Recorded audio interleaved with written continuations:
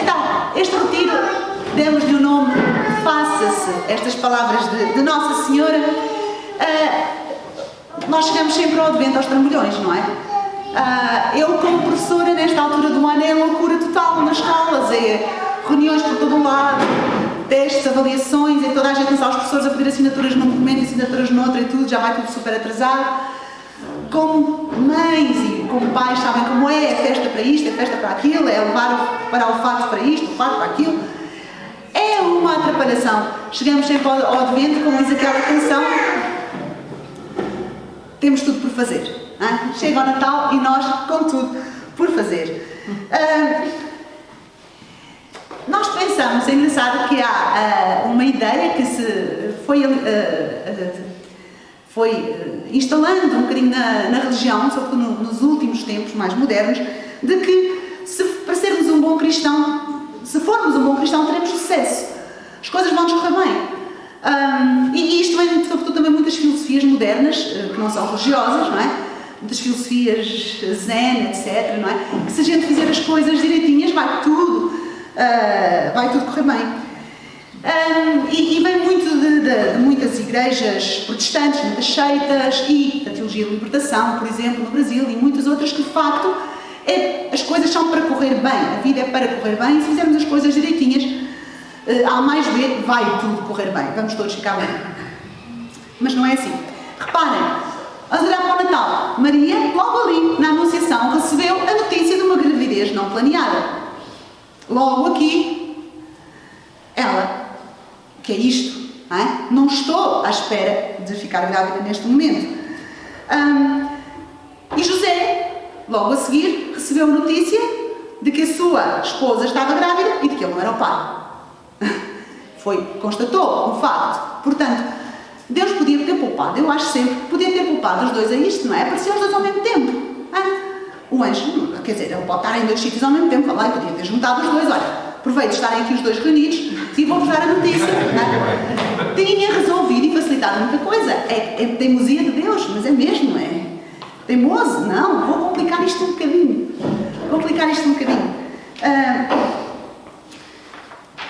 Depois, não ficamos por aqui, não é? Depois Nossa Senhora começa a preparar as suas coisas, começam a preparar os seus trapinhos, a juntar a sua casa e de repente vem o edito do Imperador e lá vão eles a caminho de Belém. Ora bolas, então agora, com o parto quase a acontecer e vai estar longe de casa, vai ser tudo fora de casa. E depois, como se não bastasse, ainda estava pouco tempo depois do parto e já havia notícias de que Herodes tencionava matar os bebés e, portanto, era preciso partir como um refugiado para o Egito. Problemas atrás de problemas. Eu conheço várias pessoas que se dizem que perderam a fé no dia em que uma desgraça lhes aconteceu.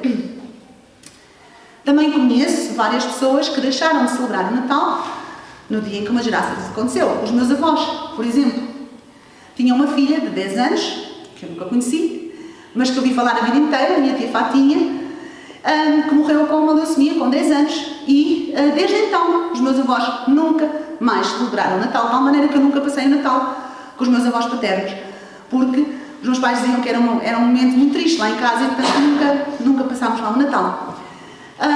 Mas quem perde a fé, eu acho sempre, se for para perder a fé, quando uma desgraça nos acontece, porquê é que vamos estar à espera que nos chegue a desgraça? Mas vale perder já, basta olhar para a desgraça que acontece aos outros, não é? Quer dizer, não precisamos ser tão egoístas ao ponto de perder quando acontece a nós. Olhemos para os que estão a perder os filhos em Gaza ou para outros sítios, não esperemos que nos bata à porta, perdemos já. A fé não é esperar que tudo nos aconteça bem, esperar que não nos aconteça nada de mal. Ter fé em Deus é saber, com toda a certeza, que aconteça o que acontecer, Ele está connosco, Ele está aqui, Ele já lá esteve. É o que diz aqui o Salmo 139.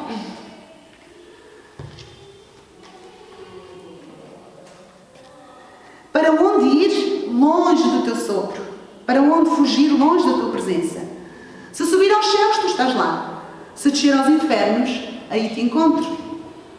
Se tomas asas da aurora para habitar nos limites do mar, Mesmo lá é a tua mão que me conduz, a tua mão direita que me sustenta. Se eu disser, ao menos a treva me cubra, a noite seja um cinto ao meu redor, mesmo as trevas não são trevas para ti, e o dia e a noite é tão clara como o dia. Pois foste tu que me formaste no seio da minha mãe. Foste tu que me teceste na terra profunda. Teus olhos viam o meu embrião. Este Deus que conhece as estrelas pelo nome, como nos diz em Isaías também, que chama a cada uma pelo nome, conhece-nos desde o seio materno. Como não há de cuidar de cada um de nós? É preciso fé para acreditar nisto. Quando estamos no meio desta confusão na vida, é preciso termos esta fé, esta certeza de que Ele cuida de nós, ainda que as evidências digam o contrário. E é relativamente fácil para nós dizer isto. Mas se estivermos em Gaza neste momento, se estivermos na Ucrânia ou outros lugares, é um bocadinho mais difícil. Mas dizer isto com esta mesma fé, com esta certeza de que Ele cuida de nós, ainda que deste lado da eternidade, nós nunca o consigamos entender profundamente. E nunca nos pareça que isso de facto acontece. Há sempre uma bebé nascer em Sábado Santo. Eu estou a ler o livro de Bento XVI, a biografia, não é? E de facto, fiquei aqui no início, parece uma parte muito bonita, quando o Papa, o futuro Papa Bento, nasceu na manhã, portanto, no dia de Sábado Santo. E o pai, a mãe ainda estava na cama, o pai pegou nele, 4 horas depois do parto, levou-o à igreja a tempo de ser batizado. E foi batizado com a primeira água abençoada na noite da Vigília Pascal. Foi o primeiro. Portanto, naquele dia acabou de nascer e foi batizado. E então, ele diz que o dia de Sábado Santo, toda a vida, foi para ele um motivo de reflexão. E ele escreveu isto. Existem, de um lado, a escuridão, a incerteza, o questionamento, os perigos, o ameaçador, mas também a certeza de que há luz, de que vale a pena viver e prosseguir. Em certa medida, este dia sobre o qual o Cristo se encontra misteriosamente oculto e ao mesmo tempo presente, tornou-se um programa para a minha vida. Saber que neste dia, depois da Sexta-feira Santa, no meio de toda a dor, de todo o sofrimento, em que Cristo desaparece da nossa vista, parece que não está lá. E, no entanto, há um bebê a nascer aí. Há sempre um bebê a nascer em Sábado Santo. E é este mistério de saber que no meio dos abismos mais profundos, Deus cuida de mim como se só eu existisse neste mundo. Tem olhos só para mim. Eu sou a menina dos seus olhos. Nós somos todos menina dos olhos de Deus. O Natal não foi para Maria e José um tempo zen. Não foi um tempo de tranquilidade. Não imaginemos isso. Nós é que temos a ideia, não é? Do Natal, das canções. Foi um tempo de angústia, de aflição. Procurar um lugar rapidamente porque o parto não espera para Jesus nascer. Como é que vai ser? Vamos bater às portas, vamos andar para a frente. Logo nos dias a seguir ao Natal, quem lê as leituras da missa do dia, os meninos lá em casa ficam sempre admirados, porque logo a seguir, dia seguinte ao Natal, qual é a leitura? Vocês lembram-se? Qual é a leitura que aparece no missal? Estevão. Exatamente. É a morte de Estevão, primeiro mártir, não é? Apedrejado até à morte. O David lembra-se, porque de facto nós lá em casa ficamos sempre... Mas a gente está aqui a olhar para o presépio e a pensar no homem apedrejado até à morte. 2 ou 3 dias depois, quem é que morre? Os santos inocentes, ainda pior. Não é um homem adulto, é um bebê, são bebês. São os santos inocentes que Herodes mandou matar. E nós celebramos isto tudo logo a seguir ao Natal. Ali olhar para o presépio com a barriga cheia de doces. E ficamos sempre assim um bocadinho desconfortáveis, não é? Com tudo isto que nos é dado logo a seguir ao Natal. Então o Natal é isto também. O Natal não é só, e nós vivemos nos tempos em que parece que tudo sempre tem de ser perfeito, não é? A casa perfeita, a refeição perfeita, os adereços perfeitos, não é? Aí no outro dia me dizia alguém que para o Natal é preciso comprar pijamas iguais para todos, e ser os pijamas de Natal, não é? Natal não é isto, não é? O Natal também acontece no meio das nossas angústias, dos nossos sofrimentos. disseram um dia, não percebo nada de meteorologia, mas disseram um dia que no meio do furacão, quando há aqueles grandes furacões nos Estados Unidos, etc., no meio do furacão há algo que se chama o olho do furacão, que não se move, que é o sítio mais pacífico que existe.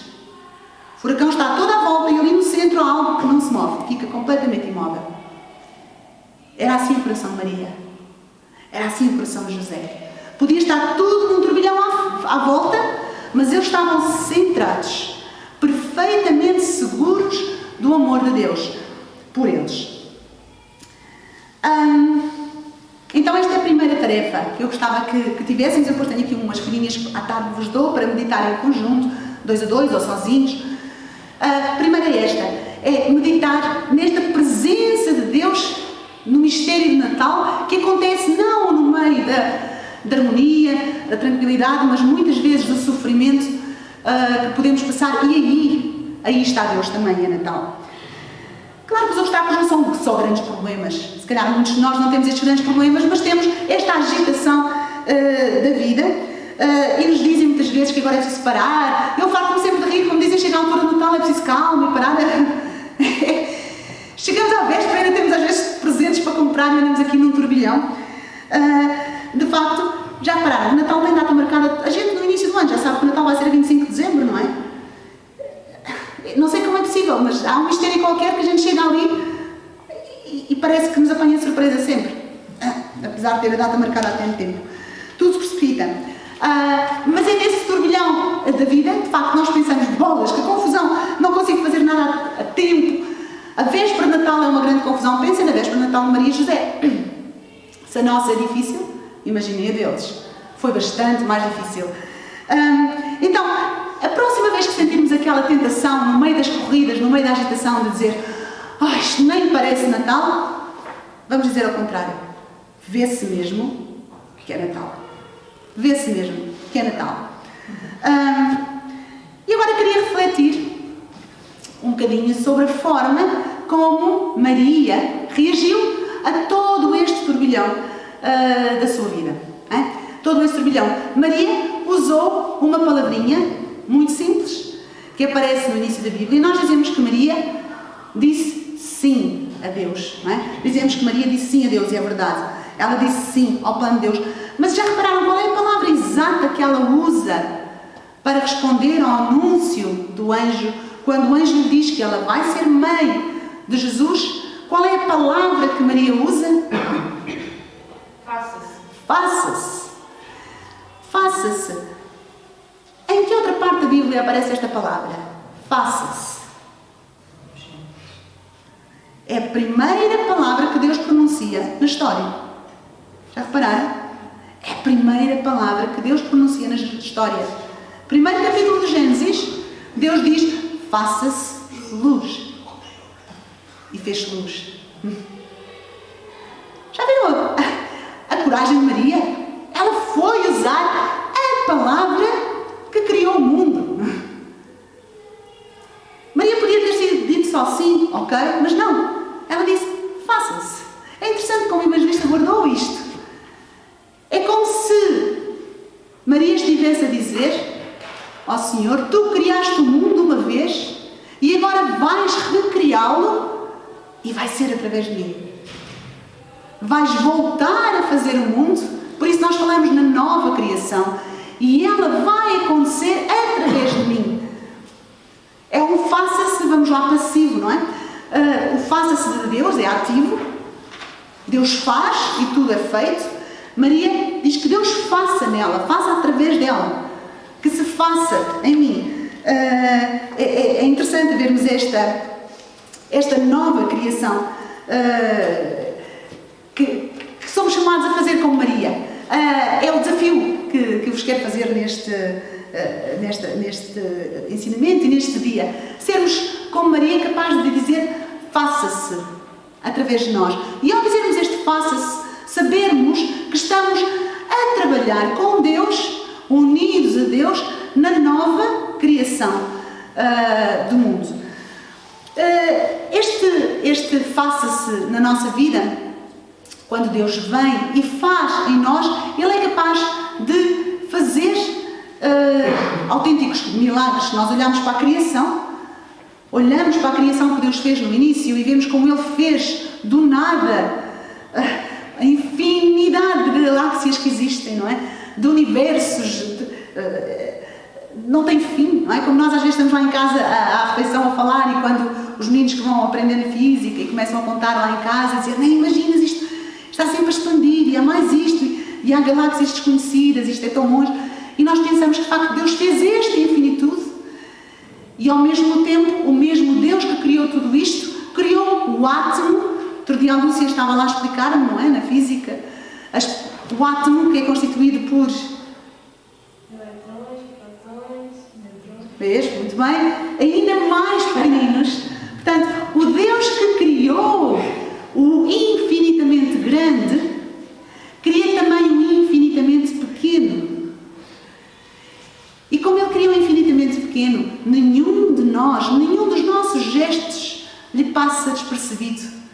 Não é só as coisas grandes, não é só as coisas heroicas, mas são as coisas pequeninas. As coisas pequeninas que nós fazemos todos os dias e que parecem completamente inúteis. Parece que ninguém dá por ela. Às vezes os meus filhos, não é, David? Fazem um esforço maior, por exemplo, nesse dia. É ser bons, é fazer coisas boas. E às vezes chegam ao fim do dia e diz, só reparas quando eu faço as coisas más. Eu hoje fiz isto e fiz isto e fiz isto sem ninguém me pedir. E só reparaste quando eu falhei a fazer isto. Não é? Mas Deus não está distraído. Nós somos imperfeitos e depois temos a desculpa. Mas Deus não está distraído. Ele repara nessas coisinhas que nós fizemos com amor, que mais ninguém reparou, que passou totalmente despercebido e pareceu completamente inútil. Mas não foi. Deus foi perfeitamente capaz de olhar para tudo isso e de agir e recriar o mundo através dessas coisas pequenas. Não são as coisas grandes que recriam o mundo, são estes pequenos faça-se que nós vamos ter na nossa vida. Eu gosto muito, e já mostrei isto algumas vezes às famílias de Caná, gosto muito deste prato que eu tenho lá em casa que herdei. Estes pratos que nós herdamos quando fomos agora viver para a casa onde vivemos, que era dos meus avós, que era de outros antepassados, ainda mais antigos, e os pratos que lá estavam, onde nós comemos nos dias de festa, que colocamos na mesa, são estes pratos que estão agrafados. Nos dias de hoje, isto não existe. Quando um prato se parte, nas nossas casas, o que é que a gente faz? Põe para o lixo. Põe logo para o lixo, não é? Nestes tempos, esperava-se, e o Sr. Padre Lindo explicou-nos isto quando eu lhe mostrei o prato, que ele sabe estas coisas antigas todas, explicou-nos, esperava-se que passasse na rua o senhor, ok? O reparador de pratos. Ele tocava a buzina e as pessoas iam lá fora e mandavam entrar e então punham tudo a arranjar. E então ele fazia, são grampos, chama-se isto grampos, e ele fazia estes agrafos. Tudo o que estivesse partido lá em casa consertava-se nesse dia. Não é? Portanto, as coisas não iam para o lixo. Nós, e o Papa Francisco está-nos sempre a lembrar disso, vivemos num tempo de descarte, numa cultura de descarte. Não é? É num instante, quando as famílias, o casal não se dá bem, cada um para o seu lado. Falta isto, falta, vamos lá refazer. Faça-se. Vamos deixar Deus é o Senhor dos grampos. Não é? Ele passa a nossa rua, toca a buzina, não é? E chama-nos para nós irmos ao seu encontro com os nossos cargos. E Ele refala-nos. Se Ele construiu sozinho as galáxias, o universo inteiro, se Ele é capaz de fazer isto tudo, não há de ser capaz de consertar os nossos cargos. Basta que a gente lhe dê o nosso coração partido. Todas as nossas situações, tudo aquilo que nos incomoda, que nos magoa, que está destruído e partido na nossa vida. E como Maria dizemos, faça-se. Colocamos diante do Senhor todas estas coisas. Dizer faça-se, como Maria disse, é muito mais difícil do que dizer eu vou fazer. Porque se nós estivéssemos no lugar de Maria, eu pelo menos imagino, dizia assim, ao anjo, olha, vamos lá ver as coisas, tudo bem. Vamos por partes. Primeiro eu vou casar, juntar-me com o meu marido, como deve ser, mas dá-me um tempinho, porque ainda temos umas coisitas para acabar no enxoval. Depois, então com calma, vou engravidar e então tudo bem, vai ser assim. Mas não, Deus tinha pressa, é agora. E então este faça-se é segundo o tempo de Deus, ao ritmo de Deus e não ao nosso, como nos dava jeito a nós, não é? Como nos dava jeito a nós. Nós hoje, nós gostamos de planear tudo, ter tudo certinho, e depois Deus vem e troca-nos assim as voltas. Então, eu lembro-me sempre do exemplo da beata Chiara Badan. Eu gosto muito dela, como também já disse várias vezes, e digo lá em casa muitas vezes o exemplo dela. Não é? Gosto muito dela porque ela teria agora a minha idade, nasceu no mesmo ano que eu, mas ela já é santa e eu ainda ando aqui a oferecer os meus cacos a Deus para eles ir consertando.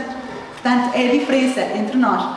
E então, a Chiara, quando uma jovem, quando tinha 18 anos, ficou doente, sentiu que estava a ficar muito doente, a sentir-se muito mal, e depois de muitos exames médicos, os pais souberam que ela estava com cancro, e que era fatal, que havia pouco a fazer.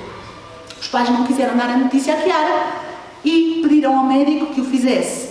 E então levaram-na ao consultório de uma das vezes e ela foi, sem estar minimamente à espera, e o médico falou com ela e disse: Chiara, tu tens cancro, vamos fazer tratamentos, mas pronto. E ela veio para casa, a mãe estava à espera, sabia o que tinha acontecido, sabia da conversa, estava sentada em casa, ela entrou e a mãe disse: então, Chiara? E ela disse: agora não, mãe. Foi para o quarto, fechou a porta e esteve lá 25 minutos. Foi o tempo que a mãe diz, foram os 25 minutos da Chiara. Saiu do quarto, abriu a porta com um sorriso e disse: sim, mãe, o que é que tu queres perguntar? E a mãe olhou assim para ela: então, Chiara? E ela sempre a sorrir e nunca mais perdeu o sorriso. Se Jesus quer, eu também quero. Que está fantástico. Uma menina de 18 anos. Faça-se. Se Jesus quer, eu também quero. Não entendo nada porque é que ele quer isto, mas ele quer. E então a Chiara, ela sim preparou os cânticos da sua missa de funeral, mandou a vizinha costureira fazer um vestido de noiva e morreu vestida de noiva para ir ao encontro do seu esposo. Faça-se. Com a alegria de uma menina de 18 anos. É de facto este aceitar que Deus na nossa vida tem um plano muito superior àquilo que nós podemos sequer imaginar. Diante da morte da filha, os pais, pois a mãe dá esse testemunho, deu nas jornadas da juventude, pelo menos no Brasil, ela esteve a dar o testemunho de santidade da filha. Os pais, um de cada lado da cama, rezaram aquela oração do livro de Jó: o Senhor me deu, o Senhor me tirou. Bendito seja o nome do Senhor. E de facto é isto, a nossa oração. Esta alegria, porque é esta alegria de sentir que Deus na nossa vida faz os milagres e faz as coisas muito melhor do que nós podemos imaginar. Por muito que a gente imagine que não, que Ele se enganou desta vez. Deus sabe melhor do que nós aquilo que quer fazer. Há uma ideia que eu encontro em muitos cristãos de que as coisas que nos acontecem de mal vêm do demónio. E eu fico sempre bastante espantada com isto. Porque o demónio faz muitas coisas erradas, mas o que é que interessa ao demónio? Interessa que eu me afaste de Deus, interessa tentar-me com vaidade, interessa tentar-me com impureza, interessa tentar-me com ambição. Isso sim. Agora, dar-me a cruz, o melhor presente que Deus nos pode dar, que é uma cruz, é o melhor presente. Não perguntem porquê. Ele lá sabe, mas é a ideia dele. O melhor prenda que Deus tem para dar a cada um de nós é uma cruz para carregar. Portanto, o demónio foge da cruz. Ele nunca nos iria oferecer uma cruz assim. Não. Ele não nos dá o sofrimento. Ele dá-nos todas as outras tentações. Porque o sofrimento é sempre um presente de Deus. E eu digo sem medo, porque estou absolutamente certa disto, não eu, mas toda a tradição da Igreja. De facto, há vários relatos de místicos, não é? Santa Catarina de Sena, etc. Vários. Em que há sempre este diálogo com Deus que os santos têm e dizem: Senhor, porquê é que tinha-me acontecer isto e este problema? E mais isto. E Jesus responde: eu tirar-te da cruz nunca faria isso. Não, eu amo-te tanto, nunca te iria tirar a cruz. Isso não. Posso tirar-te qualquer outra coisa, mas a tua cruz não. Portanto, é este faça-se da Chiara. Aconteça o que aconteça na nossa vida, ela é um presente que Deus nos dá. E é assim que nós devemos olhar, também nestas alturas, em que nos aproximamos do Natal, olhar para estes presentes que Deus nos dá de forma tão simpática da sua parte, não é? Que, embora a gente não entenda a simpatia de Deus. De facto, eu este ano já estive 2 vezes com coisa que nunca me acontecia antigamente, mas já tive 2 vezes com uma gripe de estar de cama, e passei um dia inteiro de cama com uma gripe e com aquela sensação terrível, dor de cabeça, dor do corpo, parece que nos deram uma tareia, e aí está. E então a tentação é dizer: ora bolas, agora não posso fazer nada de jeito, não consigo fazer nada em casa, depois estou a ouvir ao fundo o Naia: meninos, alguém que vá fazer um almoço, alguém que vá pôr uma máquina a trabalhar com a roupa nesta casa. Eu ouvir aquilo tudo na cama, e então faça-se. Ok, Senhor, tu queres? Então, eu também quero. Eu também quero este caos, esta confusão, e aceitá-lo com essa alegria. É aquilo que Jesus nos diz com a parábola que Ele nos deu, com a parábola dos talentos. Nós achamos sempre que aquela parábola dos talentos, que ouvimos agora há pouco tempo, que dá a cada um 5 talentos para ele pôr a render, a outro dá 2, põe a render, e depois há um que recebe 1 talento apenas e que resolve enterrar em vez de pôr a render. E Deus quer que a gente ponha a render os talentos. E nós traduzimos a palavra talentos no nosso mundo atual por talento para a música, não é? Talento para a ginástica, talento seja para o que for. Mas não é este o sentido. Isto é o sentido que nós usamos a palavra talento. Nós fomos buscá-la lá à linguagem das moedas do tempo de Jesus e adaptámos-la para isto. Mas temos de nos libertar destas nossas categorias mentais. Porque o talento que vem na Bíblia não é este. O talento é toda a prenda que Jesus nos dá, toda a prenda que Deus nos dá. E que pode ser, às vezes, é uma prenda muito agradável, como um fantástico dom para o violino, um fantástico dom para, seja para o que for. Mas outras vezes é assim uma prenda um bocadinho menos simpática da nossa parte, não é? E pode ser uma gripe. Então é este talento que eu tenho de pôr a render neste momento, é este talento que eu tenho de oferecer ao Senhor com alegria. Dizer: faça-se aqui a tua palavra. Então, no fundo, é aquele mergulhar de cabeça no que nos é dado acontecer. E eu penso que todas nós, as mulheres que aqui estamos e que já fomos mães, a imagem do parto que nos é dada no Natal é uma imagem perfeita para explicar este faça-se de Maria. Reparem, qual é a única maneira que nós temos de acabar com aquele pesadelo durante o parto? Qual é a única maneira desta dor acabar? Empurrar para a frente. Não é? Empurrar para a frente, não há outra, não é? Não vale a pena dizer agora não, afinal não é isto que eu quero. Agora é tarde, não é? É mesmo empurrar para a frente. E então não vale a pena fugir das nossas situações. Esta é uma imagem perfeita que nos dá a Bíblia e que nos dá o Natal, não é? Não vale a pena fugir. Eu, quando estava grávida, das 8 vezes que estive grávida, muitas vezes, eu penso que as mães devem dizer isso, e a gente olha para a barriga e diz: pá, isto vai ter de sair. Vai ter de sair. Não pensei nisto antes. Vai ter de sair. Não é? Mas é assim mesmo. E isto em qualquer outra situação da nossa vida. Há uma história que eu acho aqui destas histórias de parto. As histórias de parto são sempre fantásticas, não é? Toda a gente gosta de contar. Cá sempre esta pica, de facto, de sermos capazes de enfrentar isto, não é? De dar esta vida, este faça-se. Mas há uma história que eu me lembro de uma das gravidezes, e não sei se o Francisco ouviu, foi de uma das vezes que fomos à obstetra. Eles às vezes acompanhavam para ver a ecografia.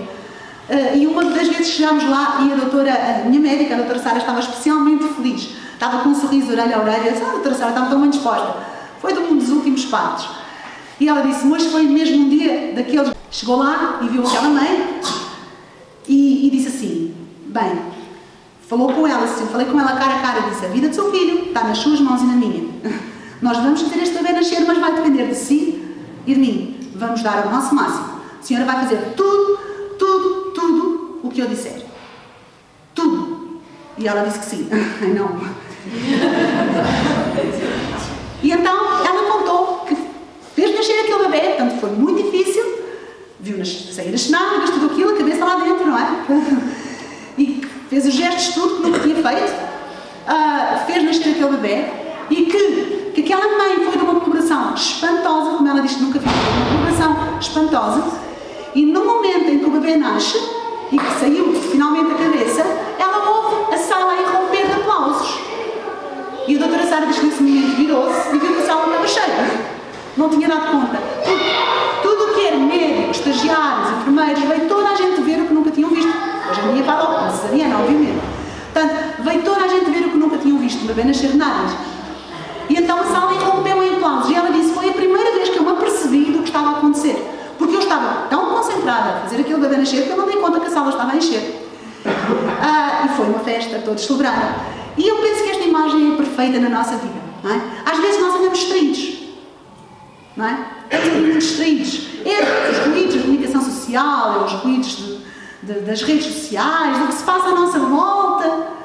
E Deus diz-nos, então nesta altura do evento, olha, concentra-te, deixa lá o que está à tua volta, as pessoas entrarem e sair, deixa estar. Está nas tuas mãos e nas minhas. Esta vida que vai nascer neste Natal está nas tuas mãos e nas minhas. Da minha parte, diz-nos o Senhor, eu vou fazer tudo para que este bebê nasça em ti. Para que seja Natal. Mas agora depende de ti. Tens de dar a tua colaboração máxima para que isto aconteça. Com dor ou sem dor, no meio da agitação ou no meio da calma, seja no que for que esteja a acontecer à tua volta, dá tudo para que este bebê nasça. Deixa lá os ruídos à volta. E quando chegar o dia de Natal, nós vamos ver, vamos ter este bebê nos braços, este menino que nos é dado, este Deus que vem ao nosso encontro e vai estar nos nossos braços se nós mantivermos o foco totalmente, como esta mãe manteve e como a minha obstetra manteve, este faça-se. Vamos fazer esta concentração completa na nossa vida, não nos distrairmos com tantas outras coisas. Chega a casa ao fim de um dia, de escola, de trabalho, entra em casa, o que é que aconteceu aqui? Aconteceu um vendaval, houve aqui algum furacão? Passa-se, vamos lá. Ou então, entro na sala de aula e de repente, eles estão malucos, o que é isto? Ninguém me ouve, parece invisível, já entrei na sala e eles estão todos... meninos, vamos lá, dar tudo por tudo, totalmente centrados, faça-se. É meia da noite, ouvimos chorar e depois ouvimos o pior, ouvimos aquele som horrível. Pronto, é um filho a vomitar, faça-se. Outro dia eu estava a ouvir um podcast e a ouvir informação de que há muitos adultos, muitos pais, sobretudo homens, que, portanto, havia uma estatística que mostrava que eles assumiam chegar propositadamente tarde a casa, depois do trabalho, para não ter de enfrentar a lei doméstica.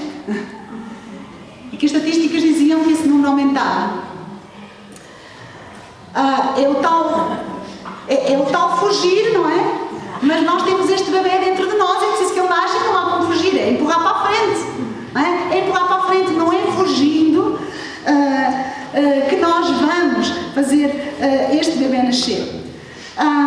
Então, para que este faça-se no evento aconteça, nós não precisamos de um dia, não precisamos do silêncio à nossa volta, às vezes é mesmo no meio do caos, como esta mãe ali no meio daquela confusão toda, precisamos fazer este bebê nascer, é no meio da nossa vida, é aqui onde nós estamos, não temos as circunstâncias perfeitas, não temos as condições perfeitas, e digo-vos uma coisa, ainda bem, porque a perfeição gera vaidade, gera orgulho e mediocridade, não gera santidade. A santidade vem pelas dificuldades. Eu uma vez recebi um SMS de uma mãe a dar o conhecimento do nascimento do filho e depois, mais tarde, do crescimento do bebê, com um mês de idade. E falava nos nomes, falava como se fosse o bebê a falar, numa SMS, uma circular. Olá, eu sou o bebê tal, tenho tantos, já peso tantos quilos e tudo com a maminha da minha mãe. E uau! Fica a saber que aquela mãe tem boas mamas. Fantástico para ela, não é? Que bom para ela. A perfeição gera vaidade, gera tantas outras coisas que não são santidade. A santidade é outra coisa. A santidade vem da humildade de saber que às vezes estou em cargos, mas que há alguém que tem os grampos para os meus cargos. Há alguém que me vai ajudar. Não é preciso que eu seja perfeito. Os nossos filhos não precisam de mães perfeitas, não é? Como dizia um livro muito antigo que eu li do Eduardo Sá, não é? Que ele dizia, as mães boas são suficientemente más, e as mães é preciso sermos suficientemente bons. A perfeição não vem, não é aquilo que nós precisamos. Então, aquilo que eu vos queria, o segundo pensamento que eu vos queria trazer para este, podemos encostar em São Paulo, com todo o espaço, para ele nos ver. Este pensamento para este advento é isto: é olharmos para a nossa vida no momento em que ela está, nas circunstâncias em que ela está, seja qual for, e sabermos que vamos com Maria empurrar para a frente. Ok? Faça-se, este bebê vai nascer, vai ser Natal e ele vai nascer no meio de nós. Vai ser difícil, mas Deus está connosco. Ele vai fazer o bebê nascer, vamos empurrar para a frente. Ok? Sem fugir. Sem dizer, não vou para a minha casa agora porque aquilo é um caos. Não. Vou mesmo. Vou entrar em casa, vou pegar neste caos e vou oferecer algo bonito a Deus. Pensarmos nestas palavras da Tiara, tu queres Jesus? Então eu também quero. Mas há um outro faça-se de Maria, que já não é este faça-se passivo. Este faça-se passivo é o que ela fez logo a seguir à Anunciação. O que é que Maria fez?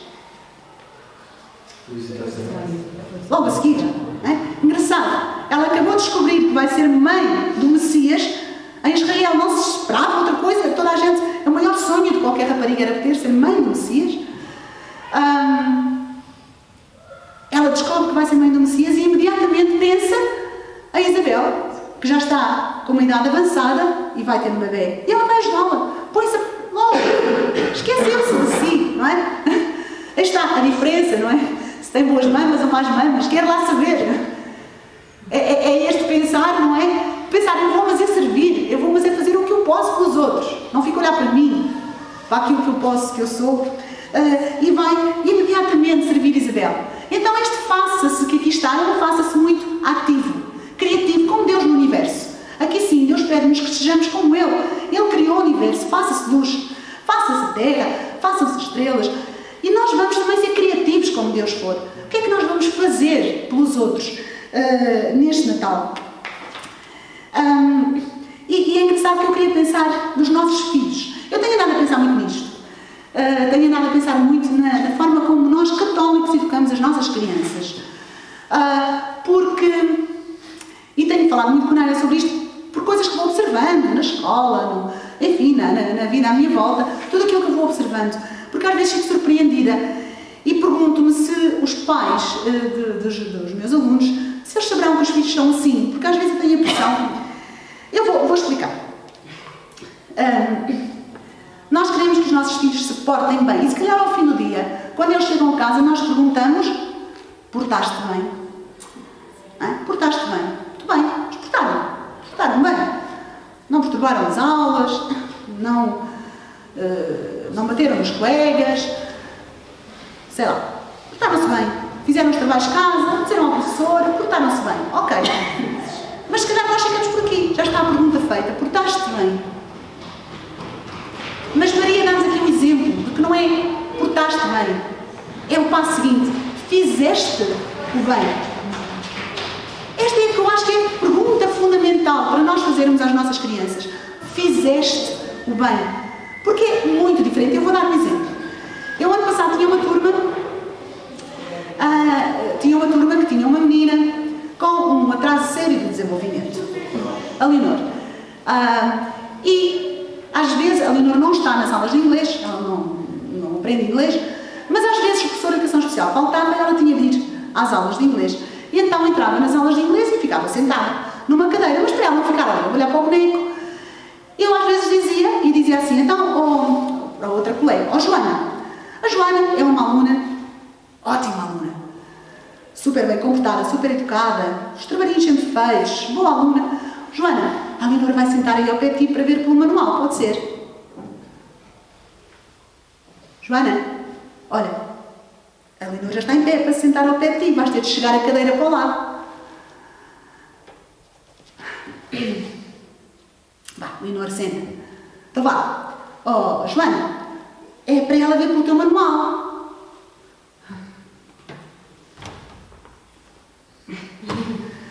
Ok, a Joana portou-se bem. Fez tudo o que eu disse, não é? É uma aluna muito querida. Mas fez o bem. É que isto é completamente diferente. Este ano a Leonor mudou de turma. Fez ela muito bem. Passou para outra turma. A outra turma, os meninos malucos. São muito fraquinhos em inglês. A preocupação deles com aquela menina, com aquela Leonor, é fantástica. Ela está sentada ontem, na minha aula, à tarde, entrei na aula, estava a começar a dar aula. Oh, setora, falta a Leonor. Ela há de aparecer. Não aparece nada, setora. A Leonor deve estar lá fora, ela não sabe onde é a aula. Eu vou buscá-la. Ela vai lá. Lá vai a correr buscar a Leonor. Aparece com a Leonor. Leonor senta-se.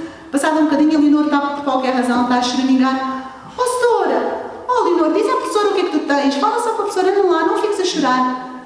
Meninos impecáveis. Aquela menina está ali, tratada por eles impecável. Uma maravilha.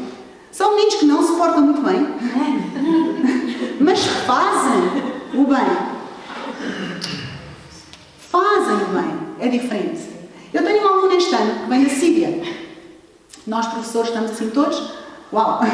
A menina vem da Síria, não sabe falar nenhuma língua europeia, não sabe escrever senão aqueles desenhos do alfabeto sírio, vá lá, ao contrário.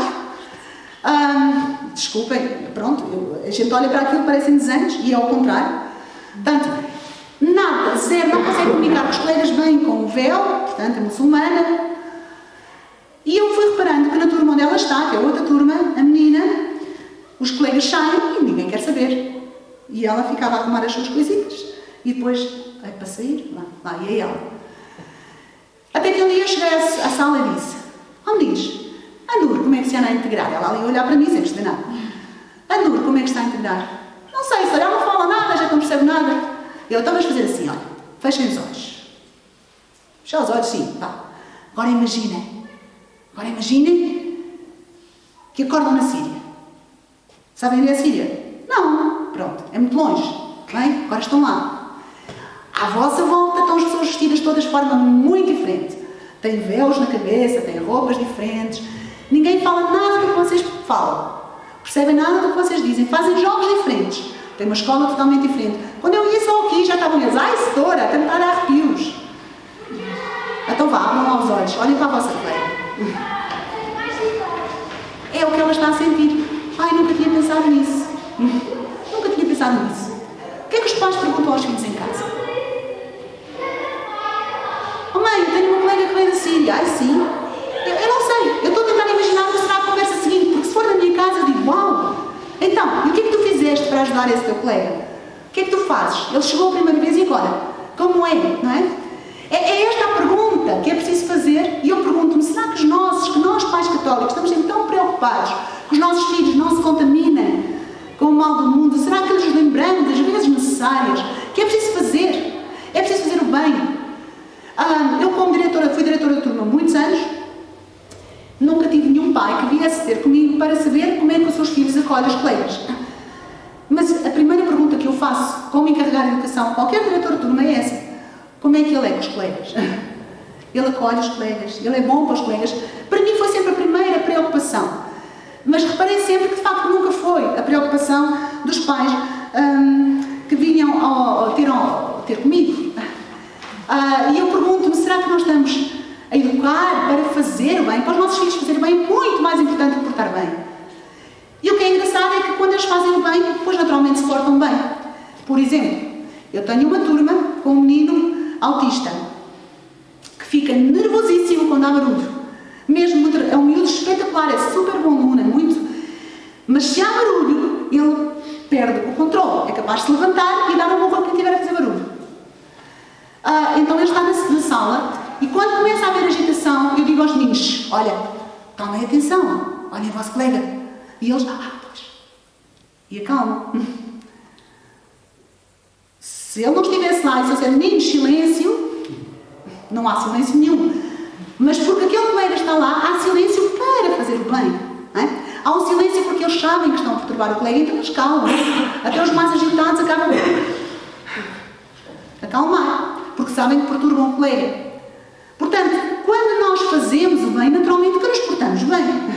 O contrário é que não sempre é verdade. E eu penso que é a altura de nós ajudarmos as nossas crianças, e eles estão a falar e a pensar nisso, de facto, a ser capaz de fazer o bem. Eu vou-vos dar um exemplo do livro do Carlo Acutis, porque eu acho que só vendo de facto, e vou ler aqui o que a diretora de turma do Carlo disse sobre ele. Reparem, aqui está aqui.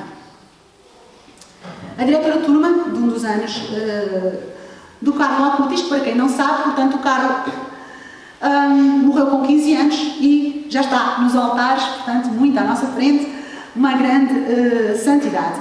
Diz assim: o Carlo era verdadeiramente bom, estando sempre desejoso de ajudar quem precisasse. Tinha um amigo com dificuldades notórias, quer ao nível didático, quer na participação da vida social da turma. O Carlo colocou-o sob a sua asa protetora e com infinita paciência ajudava-o sempre, todos os dias. Por vezes eu dizia-lhe que fosse brincar um pouco com os outros colegas, soltar um pouco as amarras daquele amigo demasiado exigente que lhe sugava tanta energia. Mas ele não cedia e continuava ao seu lado a apoiá-lo. E isto é a diretora da turma e a mãe diz a mesma coisa. Ele estava sempre de olho a ver quem são os meninos que precisam de mim, e é com esses meninos que ele ia brincar. Aqui está, o fazer, como Maria, ir ao encontro, fazer o bem aos que estão à nossa volta. O maior mandamento do cristianismo é este: amar o outro como Jesus nos amou. Jesus amou-nos dando a vida por nós. É este o amor que nós temos de ter pelos outros. E por isso é a pergunta que temos de fazer lá em casa: tu hoje fizeste o bem? Tu hoje foste capaz de amar o outro? Então, esta é a tarefa a terceira tarefa que vos dou neste advento, não é? Fazer o bem e levar os nossos filhos a fazer o bem e não a portar bem. E por último, para terminar, queria pensar noutra palavra de Maria não, mas que o evangelista nos diz sobre Nossa Senhora. Maria, diz em São Lucas, guardava tudo no seu coração. Guardava tudo no seu coração. Eu acho que Lucas diz isto várias vezes. É como se um refrão ao longo da descrição, portanto, dos primeiros 2 capítulos do Evangelho. E deve ter sido algo que o marcou. Provavelmente a conversar com a Nossa Senhora para tomar os registros da infância de Jesus. Algo que o marcou, a forma como Maria contemplava o mistério e o guardava no coração. Maria não percebia as coisas todas que aconteciam, mas guardava no coração. Ou seja, ela meditava sobre aquilo que lhe acontecia, procurava um sentido e oferecia-o em oração a Deus. Eu tive duas gravidezes que terminaram na morte do embrião. Da segunda vez que isto aconteceu, eu perguntei a esta mesma obstetra que vos falei, à doutora Sara, perguntei: isto não é demais? O que é que aconteceu? Outra vez, perderam outra vez o bebê. E ela disse-me assim: Teresa, nós que estudamos obstetrícia, que estudamos o milagre da vida, fazemos a pergunta ao contrário: como é possível que a maior parte das gravidezes corra bem? São precisos tantos milagres para um bebê chegar a nascer, tantas conjugações em cada segundo, que a nossa questão, nós estudiosos, andamos assim bolas, como é que isto corre bem? Como é que estes milagres geralmente acontecem todos? Há tanto milagre a acontecer na nossa vida e nós não damos por ela. Às vezes as crianças perguntam-nos: gostava tanto de ver um milagre. Fez um milagre todos os dias. Olhamos para a cara uns dos outros. Olha o milagre a acontecer aqui. daquele grande pensador Chesterton. A coisa mais extraordinária no mundo é um homem comum, casado com uma mulher comum, rodeado dos seus filhos comuns. A coisa mais extraordinária do mundo, não é? Olhamos para o nosso lado. Um homem, uma mulher, os seus filhos comuns. Uma vida tão simples, passada longe dos holofotes, longe dos centros importantes. Há coisa mais bonita que isto. Há coisa mais extraordinária sobre a Terra do que esta normalidade da nossa vida. Os milagres que aqui estão presentes. Os milagres que aqui estão presentes. Qual foi o sinal que os anjos deram aos pastores? Quando os pastores perguntaram como é que nós sabemos onde é que nasceu o Salvador, qual foi o sinal? Eles disseram, vou-vos dar um sinal. Qual foi? Encontrareis um bebê deitado numa manjedoura. Uau, obrigada. Um bebê. Sinal. Sinal tão extraordinário, um bebê acabado de nascer. Isto é um sinal extraordinário? É um sinal extraordinário, sim. Não há sinal mais extraordinário do que este. É um sinal extraordinário. Reparem, tão extraordinário, Maria estava ali, Maria que conversou com os anjos, não é? São Gabriel. São José, sabendo que era esposo da mãe de Deus, e aquela criança acreditada que era o filho de Deus. Uau! E, no entanto, nada mais simples. Uma mãe, um pai, um bebê. Outro dia celebramos Santa Catarina Labouré e eu estava a contar aos meninos a história desta santa. Santa Catarina Labouré, ela recebeu as revelações da medalha milagrosa, que muitos de nós temos, no convento. Ela teve visões de Nossa Senhora, da primeira vez que conversou 2 horas com Nossa Senhora. Santa Catarina foi acordada à meia-noite, estava no seu convento, a dormir, e foi acordada à meia-noite por uma criança luminosa que lhe disse: a minha mãe está à tua espera. E que a levou para a capela, à meia-noite, capela do convento. E naquele convento, Nossa Senhora estava sentada na cadeira da presidência do altar, ali sentada. Catarina foi junto dela e conversou 2 horas com Nossa Senhora, apoiada nos seus joelhos. Teve 2 ou 3 revelações depois, portanto, da mensagem da medalha milagrosa. Santa Catarina comunicou a mensagem da medalha milagrosa à sua superiora e ao seu diretor espiritual. E conseguiu que eles fizessem vontade de Maria, que era cunhar a medalha milagrosa. A parte mais extraordinária não é esta. Até morrer, em todo o convento, ninguém sabia que a revelação da medalha milagrosa partira de uma daquelas, de Catarina, que ali estava. As irmãs conviviam com ela a vida inteira. No convento, sabiam que dentre elas tinha saído a revelação da medalha milagrosa. Tinha saído ali a revelação. Uma delas tinha visto Nossa Senhora. Reparem nisto. Eu fico a pensar nisto. Como é que elas se relacionariam entre elas? Será que foste tu? Será que foste tu? Será que foste tu? Melhor eu. Espera lá. É melhor ter cuidado, não basta contar coisas más da Nossa Senhora a meu respeito. Será que foste tu? Isto é assim na nossa família. Nós estamos ali entre nós. Será que temos este respeito uns para com os outros? Um de nós que aqui está, nesta casa, nesta família, é filho de Deus. Será que és tu? Será que és tu? Somos todos nós. Será que nos tratamos com este respeito? Será que nos tratamos com este respeito? Eu estou convencida, e para terminar, que é este o segredo, o grande segredo da oração. Não é, nesta altura do evento, certamente, aumentar tempos formais de oração. Nós já temos os nossos, nós nas famílias Caná temos um tempo diário bastante já longo de oração familiar com os nossos filhos. Temos a missa, incontornável, ao domingo. Temos a nossa oração. Não podemos certamente aumentar, como diz a canção, nós temos tudo por fazer. É verdade, não dá para aumentar. Mas dá para aumentar esta concentração. Este olhar para cada momento da nossa vida, olhar para tudo o que nós temos de fazer, com este olhar de Maria, guardando tudo no coração. Faça-se e vou guardar no coração. Vou rezar, vou oferecer a Deus, a cada momento. Como dizia o Daniel para mim outro dia, que é aquela linda expressão que eu já aqui contei, mas continuo a pensar nela. Ele olhar para a imagem de Nossa Senhora no meu quarto, em cima da minha cama, mãe, Nossa Senhora está assim. No presépio está assim. Quando eu nasci, como é que tu puseste as mãos? É? Essa imagem que eu acho que agora, nesta altura do Adubal, é mais assim, não é? Não disse isso. Como é que nós pomos as mãos a olhar para os nossos filhos lá em casa, não é?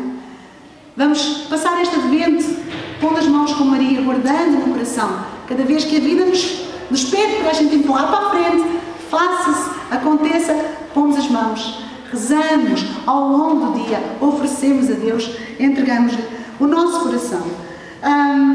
Louvado seja nosso Senhor Jesus Cristo. E agora, vamos